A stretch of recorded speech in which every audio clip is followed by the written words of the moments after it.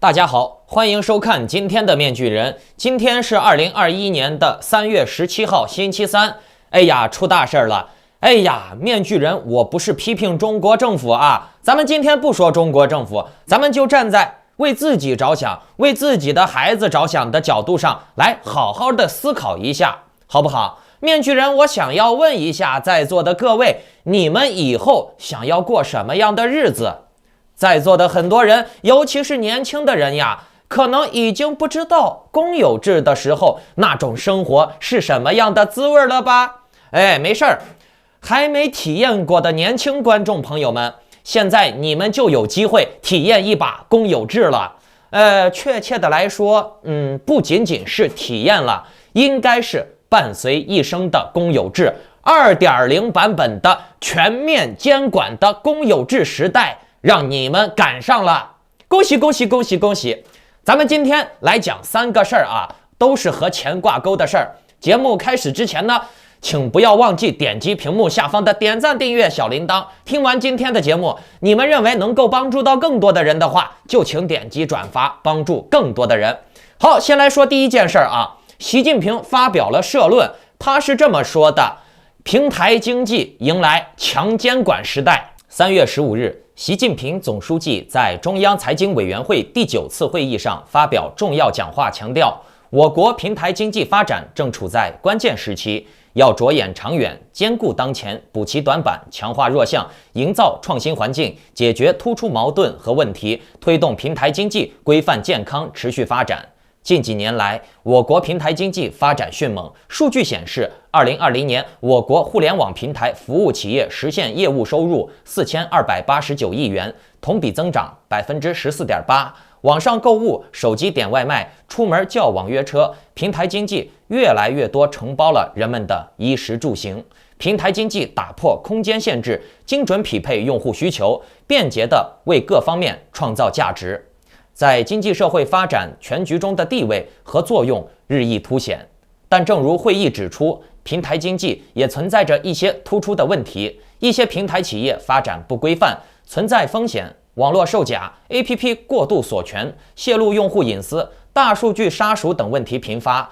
昨天的央视315晚会就曝光了多起平台企业侵犯消费者权益的案例。从去年中央政治局会议、中央经济工作会议相继提出强化反垄断和防止资本无序扩张，到此次中央财经委员会会议提出坚持发展和规范并重，信号很明显，就是要明确规则、划清底线、加强监管、规范秩序，平台经济不能再肆意放飞、野蛮生长。在这里啊，面具人，我想说一下，这个反垄断的目的究竟是什么？什么是反垄断啊？反垄断就是为了防止一家独大，让商业循环、阶级的流动呈现更健康的状态，资金和业务分布更加的均匀，市场化更加的丰富。那这样的话，各类公司为了自己的市场份额，都不会轻易的得罪消费者，否则呢，就会很快的被其他的公司给替代掉。这就是反垄断的目的。好，我们再来看看中国的这个反垄断，它究竟是反了垄断呢，还是强化了垄断呢？昨天面具人说了，中共带节奏说保险从业人员怎么坑人，保险公司怎么坑人，于是呢就要求严打保险，严打保险从业人员。严打的结果就是大批的靠着保险养家糊口的人会被打掉，保险零售业也会被打掉，那这方面的财政支出就省下来了。然后呢，共产党他推出网络保险超市，将社会保险强制化，只有极少部分的人有机会继续留在保险行业做管理层。那谁能做管理层呢？当然是有关系的人啦，当然是红色基因的人才能干轻松好赚的事儿啦，对不对？那些底层的保险业务员呀，靠着这行吃饭的通通去给我劳动，对不对？这是保险行业。不仅如此，还有租房行业、电商平台，各种各样的企业，只要有市场占有率的企业，都会被以各种理由反垄断、反腐败给查处。查处的结果就是这些企业通通上交给国家，上交给党。习近平控制法律，国家有权利强买强卖，对不对？比如社保这些玩意儿，强制交，你能不交吗？今天说电动车违法，让你交钱，你能不交吗？那这些吃饭呀、娱乐呀、网购的平台都被国家控制了，是更加不垄断了呢，还是更加垄断了呢？对不对？国家它可以定制价位，国家可以控制你的消费，国家可以立法，你什么能买，什么不能买，对不对？你必须要到哪个商家买，不能到哪个商家买，这都是共产党说的算，对不对？那市场经济至少还有公司与公司之间的竞争。那如果说国有制了，党管一切了，谁来竞争？党说的算，党让你买，你敢不买吗？对不对？你说这些企业都被中国共产党经营了，试问在座的各位，谁敢跟共产党竞争？谁敢抢共产党的生意？对不对？红色贵族的胃口可不仅仅是打倒1、2个民间企业就能满足的，他是要打倒所有的民间企业，能赚钱的好事都归党管。共产党要搞谁？首先呢，就是民生上搞臭，然后是经济上搞垮，对吧？那你们看共产党是不是先把这些企业从民生上搞臭？你们看共产党他是这样说的：此前部分平台赚快钱捞过界，不仅损害了消费者的利益，也伤及了线上的商家。比如一些平台因收取过高的佣金沦为收租平台，比如困在系统里的外卖小哥。长此以往，平台也会被反噬。此次会议提出加强平台各市场主体权益保护，也明确了平台企业在商品质量、食品安全保障、维护用户隐私权等方面必须坚守的底线责任。解决突出矛盾和问题，离不开有力的监管。针对监管体制不适应的问题，会议提出要加快健全平台的经济法律法规，实现事前、事中、事后全链条监管，金融活动要全部纳入金融监管。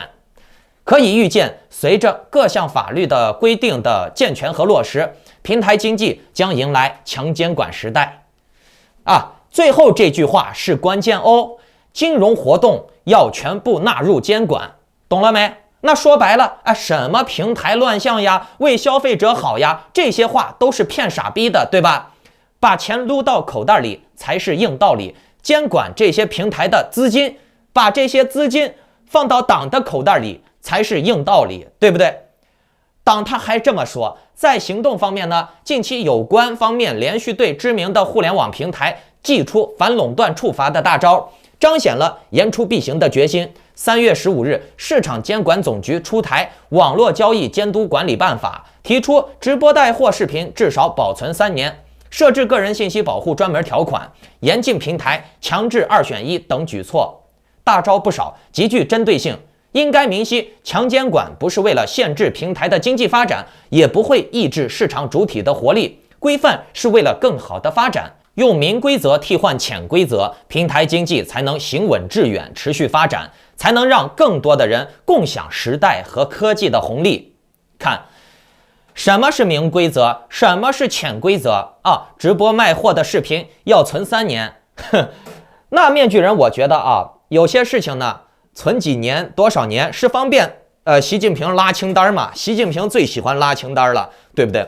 内蒙古要倒查20年，然后呢，这个网络卖货收税还要向前收，对不对？向之前收啊。那面具人我有时候觉得你把这个市场全部归党管，然后又是这样限制，又是那样限制了，那很多人就不敢做这些市场服务业了呀，对不对？不敢做市场服务业就对了，以后呢就努力干活，靠你的劳动力赚钱，为党增加这个制造业，增加劳动力产出。每天搬几块砖最安全了，不会牵扯什么诈骗呀、腐败呀，对不对？而且共产党他说什么是明规则，什么是潜规则？那面具人，我想问一下大家，什么是潜规则，什么是明规则啊？明规则就是局长以权谋私，睡了女辅警，然后呢，女辅警被判了13年，局长没事儿，局长是受害人。什么是潜规则？科技时代的红利就是网店、网络平台媒体平台，只要你家有关系，就能给你流量，没关系的人都是陪练，对吧？干死都出不了头啊！那些红二代、红三代的明星天天在网上炫吃炫喝然后呢就能当明星，党给他流量，党给他头版头条，对不对？总之呢，民间干啥事儿都是不对的，党干啥事儿都是对的。如果有问题，就解决提出问题的人。好，来说今天的第二个话题你们看看面具人我说的准不准共产党他要全面控制租房市场。昨天面具人讲到了共产党控制租房市场的中间环节和这个中介销售环节，可是呢，你们觉得这样够吗？这样是远远不够的，对不对？解决了销售和中介环节，可是你还没解决那个房子的问题呀。你有没有那么多的租赁用房？你得有那么多的房子让你往外租呀，对不对？那这个问题，党和国家当然是能想到的呀。这不，3月16日，北京市规划和自然资源委员会发布，北京市2021年度供应总量与2020年持平。更注重耕地保护，同时增加住宅用地的供应量，提高租赁住宅的用地占比。北京规划和自然资源委员会指出，认真贯彻落实中央经济工作会议精神和市委市政府有关的工作部署要求，坚持房住不炒的定位，坚持租购并举，加强供需双向调节，增加住宅用地供应，计划安排住宅用地1060公顷。较2020年计划安排增加60公顷，同时呢，土地供应向租赁住宅倾斜，在单列租赁住宅用地的基础上，按照商品房供应的下限等比例安排租赁住宅的供应指标，将租赁住宅占住宅用地的比重由2020年的13%提到30%，同时呢，通过新建、配建、改建等多种方式，多渠道、多主体，加快形成租赁住宅的有效供应，逐步扩大保障性租赁住宅的覆盖面。同时呢，兼顾市场化和租赁住宅的需求，着力稳地价、稳房价、稳预期。听懂了没这个住宅开发的结构变了，以后呢是以租赁住宅为主，并且呢是多渠道的。有改建有配建，也就是说，共产党他会把一些什么老旧小区呀、老的二手房呀给共产掉，让你加入共产党的公租房计划。来继续听供应计划将按照不低于1:2的比例统筹考虑租住平衡，首次提出要按照不低于70%的比例推动产业用地向产业发展重点领域、重点功能区域聚集。按照不低于50%的比例，引导住宅用地优先向现状和近期建设的轨道站点周边以及规划重点功能区域周边的1公里布局。其实说了这么多，这些话的意思就是租赁住宅的开发要优先于商业住宅的开发，比例要为2:1，并且呢要往这些商业区域去聚集。为什么？为了方便这些工人他们有宿舍住，懂了没？那你们有房的人认为这对你们来说是好事吗？你们用屁股想一下，如果说租赁房屋占据的市场比例变大了，这意味着什么？这就意味着商品房买卖的难度增大了。共产党一边不让房价跌，一边呢也不让房价涨。房价不跌的话，散户买不起房；房价不涨的话，有房的人舍不得卖。同时呢，他在限制贷款买房，就让二手房更加的难卖。然后呢，房子就卖不出去了吗？房子卖不出去了以后就不值钱了吗？那就只能住了吗？或者是你当房东把这个房子跟党联营搞个公租房，对不对？所以说现在还抱有幻想的，想从共产党嘴里虎口拔牙的占共产党便宜的人，活该被共产党套杀。魔鬼诱惑的都是贪婪的人，现实情况下是能够断尾求生，成功逃离中共这片土地的人，以后能够安享晚年，自己的子孙能够过上有人权的生活，都已经是幸运至极了。可能在你逃离的过程中会付出很惨痛的代价，但是呢，这总好过你的子子孙孙世世代代永远做那种猪圈里面吃猪食的畜生好，对不对？在今年的3月2日召开的北京市政府常务会议，他们强调指出坚持房住不炒的定位，合理增加居住用地的供应，加大向租赁住房的倾斜力度，多措并举，综合施策，保持房地产市场的平稳健康发展。房住不炒说白了就是锁盘嘛，降低房子的流通性。你们以为稳房价是为了让这些穷人能买得起房吗？稳房价的同时还要提高贷款买房的难度，限制穷人入场。所以说贷款买房算啥嘛？这又不是真金白银，贷款买房对党来说是没有任何价值的，甚至贷款买房的人对党来说是负资产。党释放稳房价的信号，就是为了告诉你们，现在是你们买房上车的最后机会了。现在不买，以后都没有机会买了。以后呢，你就租房长期被党割韭菜吧。所以你看2月25日，北京市住房和城乡建设委员会官方微信号安居北京发布消息，他是这么说的：近期监测到有部分投机性需求、恶意炒作学区房的行为，北京将坚决遏制、精准打击、严格执行多校划片、派位入学的政策。那这个话说得很巧妙，党一边说限制炒作学区房，然后呢，共产党他自己却搞什么派位入学，他自己带头炒作学区房。那这也印证了什么事情？党做就是合理的，老百姓做就是违法的。而且呢，也印证了面具人长期说的，共产党会增加房子的功能性，把房子捆绑上什么就业呀、养老呀、教育呀。那为啥党要这么做呢？他就是逼你们在目前还有能力的、有热钱的人咬紧牙关，省得以后操心了买房有这么多的好处，那就心一狠买了吧。同时呢，党还要严肃查处违规使用信贷资金购房问题的情况，让买不起房子的人就干脆别买了，以后租房子长期被割韭菜，长长久久嘛，对不对？至于那些借钱买房的人，还要严查，懂了没？这个等一下说咱们先说租房的规划北京是中国的这个信息的龙头，对吧？北京一出什么政策，那国家全国很快就会跟进，所以呢，我们要看北京它最近有什么动向。按照北京市今年的供地计划，2021年北京市商品住房的供地不得少于300公顷，并且呢，将提高共有产权的供应比例。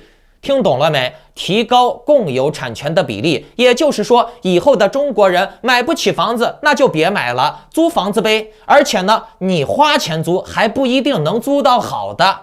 那些公务员底层的维稳人员，人家不用花钱，人家免费就能拿到好的廉租房，懂了没？而且呢，谁让你买不起房子呢？买不起房子就能不被割韭菜了吗？那你说这样岂不是对那些买了房子的人，已经被割了韭菜的人不公平了吗？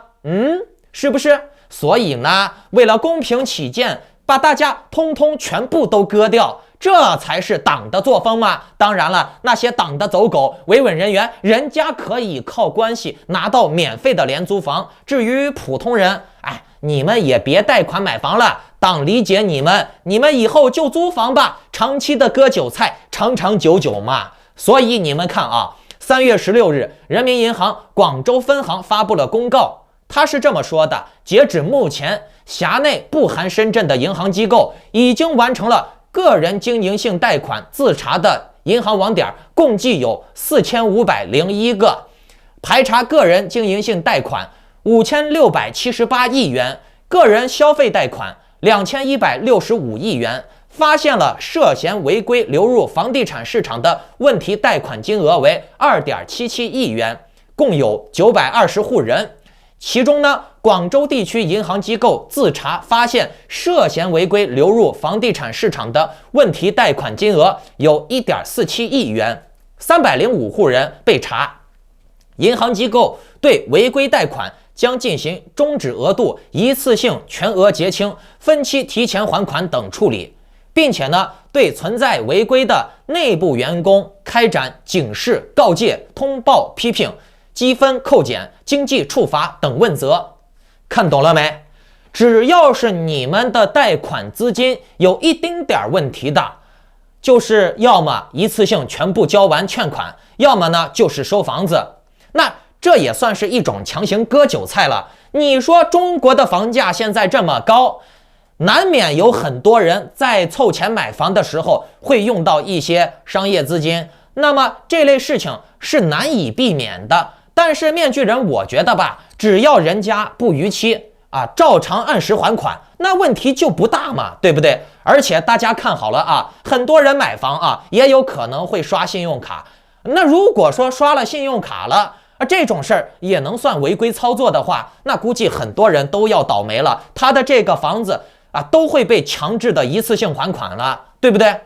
南方日报2月4日报道了，信贷资金违规流入楼市为何屡禁不止？为啥屡禁不止？很简单嘛，买不起嘛，工资太低了，收入太低了。你共产党把老百姓的待遇收入提高了以后，大家人人有钱赚了，买房那都不是个事儿，对不对？可是呢，给这些底层的奴才把他们的待遇提高了，这些红色贵族的待遇就要下降了呀，这些红色贵族肯定不愿意呀，对不对？而且这个文章中他还说了什么？广东市银保监局成立了6个核查组，入主6个银行网点，已经发现经营贷、消费贷涉嫌违规流入房地产市场的问题金额约为3000万元，并且呢会对涉嫌违规的问题启动处罚调查取证。看好了这次这个检查是非常严格的，是专门派调查组到这些银行网点一个一个的查。而且你们听懂了没以后贷款难了，而且呢很多人他贷款买的房子被拉清单了，这会导致什么？这会导致房地产的锁盘横盘会进一步加重，你们手里面的房子会越来越难流通，因为经济它不是一个点状物，它是线性的，它是链条型的。如果有人他家里面经济困难，他会不会找人去借钱？找人借钱了以后，那会导致别的人一连串的人拉一屁股账大家都经济困难。那大家都经济困难了以后，谁来买房子？谁有钱买房子？对不对？党他现在什么查贷款呀收割房子呀，强行一次性结清呀，这种事儿说白了就是一箭八雕割韭菜，逼这些人想办法结清，结不清的滚蛋，以后做租奴，顺便呢挤爆房贷的风险让这些资金实力不达标的人退场。而且你们看好了这些举动目前还是处于人工核查的阶段，就已经有如此巨大的威力了。那要是等以后数字人民币出来了以后，这个数字货币就可以瞬间定位所有的交易，所有的资金来源，并且呢可以做到专款专用。比如说卖房的钱只能用来买房，租房的钱就是用来租房的，卖房的钱不能买别的。到那个时候你们想要套现跑路走人，怕是叫天天不应，叫地地不灵了。面具人我有时候就在想共产党为啥这么强大？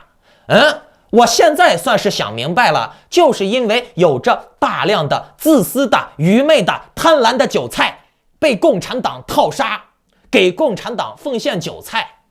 这些愚蠢的底层逼民畜生牲口们自己可怜的每天吃泡面，欠了一屁股的债，脑子里面还在幻想能从共产党口袋里面挖点好处。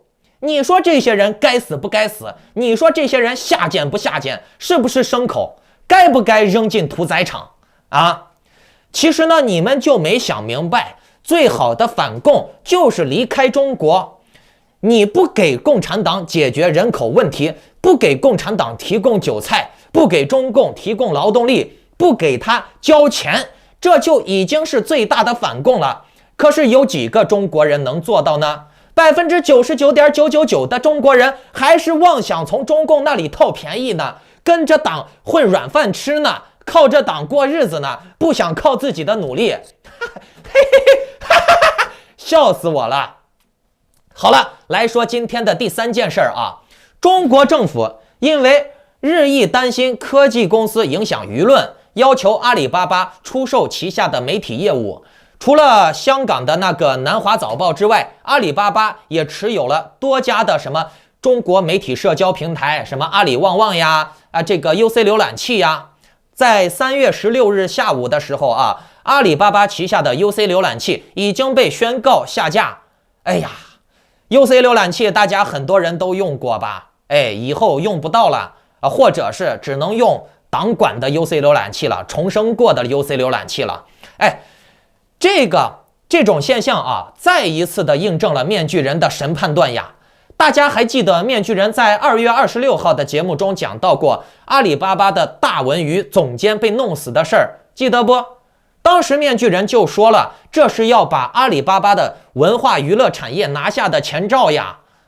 结果你看，刚过了不到1个月，果不其然哟，现在彻底拿下了阿里巴巴的全部媒体业务了。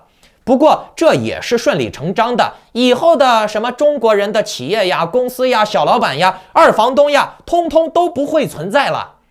以后只有党才能做生意，其他的人全部变为劳动力。你们要记住了，中国他已经放话了，他说他要实现碳排放峰值呢。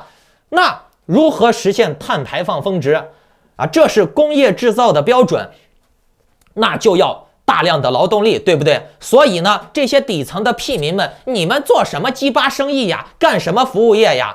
这些轻松好赚的活，轮得到你们这些屁垃圾底层的韭菜牲口去干吗？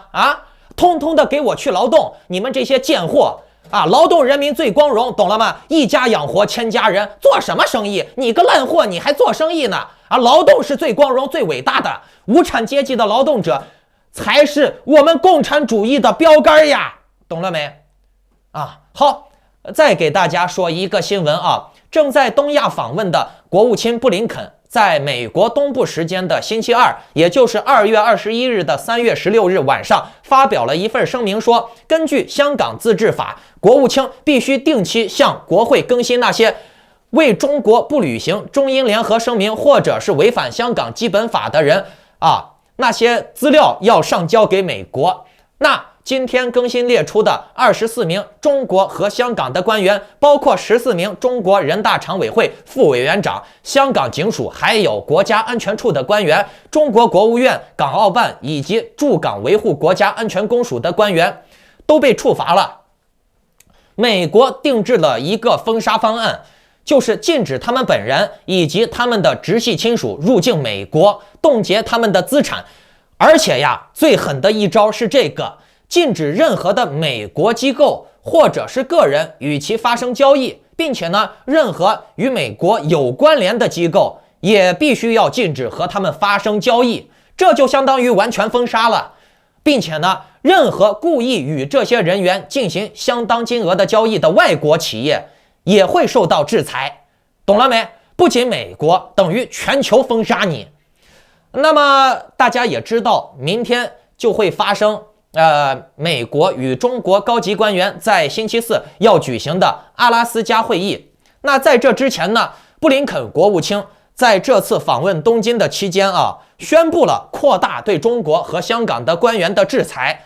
那这也显示了美国与地区盟友在应对中国威胁的问题上取得了更多的共识也增强了拜登政府以强硬姿态面对中国的信心。那美国会积极的制裁中国的官员，表露出他强硬的态度，并且呢，扔出了自己的军事底线，会给周围的盟友，比如澳大利亚、日本极大的提振。为什么共产党他在美国大选之前使出了吃奶的劲儿，不想让拜登当选呢？就是因为拜登当选了以后会给中共带来极大的阻力的不是都说拜登亲共吗？结果呢，你看拜登上任了1个多月以来，就派布林肯游走于全世界，团结全世界的民主阵线、西方阵线的盟友，针对中共，把中共逼得都要在候机亭里面请求见面了。拜登他自己还派自己的航母连续穿越台湾，甚至呢，让自己的司令官说不排除动用核武器的可能性。那这种话都撂出来了，你觉得共产党他怕不怕现在呢还直接以牙还牙的进行了诛九族式的封杀中共官员，你能说拜登亲共吗？你们知道大外宣是干啥的不？大外宣就是颠倒黑白，让大家产生错误的认知。比如大外宣的一个最经典的操作，面具人今天给你们上一课他们颠倒黑白，让反共的人反共的人，听懂了没？他们颠倒黑白，让反共的人反共的人这样就能形成一个自相残杀的局面，中共呢就可以稳坐钓鱼台。你们看拜登反共，然后呢反共的人反拜登，这不就等于帮中共吗？负得正抵消了。拜登反共，咱们这些反共的人去反共的人你觉得搞笑吗？这不是乌托邦吗？人最可悲的就是一腔热血反而帮助了自己的敌人搞笑不？对不对？而且大家仔细观察呀，大选结束了，尘埃落定了以后，川粉少了，可是呢五毛却变多了。那些平时挺川的人现在又开始骂台湾骂美国了，那些骂台湾骂美国的五毛和之前的那些狂热挺川的人都是同一批人。细心的观众朋友们，有些人应该已经发现了这种情况了吧？战友们我告诉你们，之前的美国他做了很多事情，裂解了西方阵线，裂解了民主阵线，让中共有了4年的大好时光，逐一勾兑，逐个击破咱们用屁股都能想明白的问题5个人打你1个人，你害怕呢？还是说一个人来你害怕呢？傻子都知道，对不对？还有一个事儿就是缅甸这边全面断网了，而且呢中共他说他自己37家工厂被缅甸人砸了。当时面具人我判断缅甸的这个工厂被砸，可能真的是缅甸人一时气愤进行了过激的举动，把中国的工厂砸了。但是呢当中共说出了这样的新闻说自己37家工厂被砸了，那面具人我就觉得中共肯定是想要搞什么事儿了。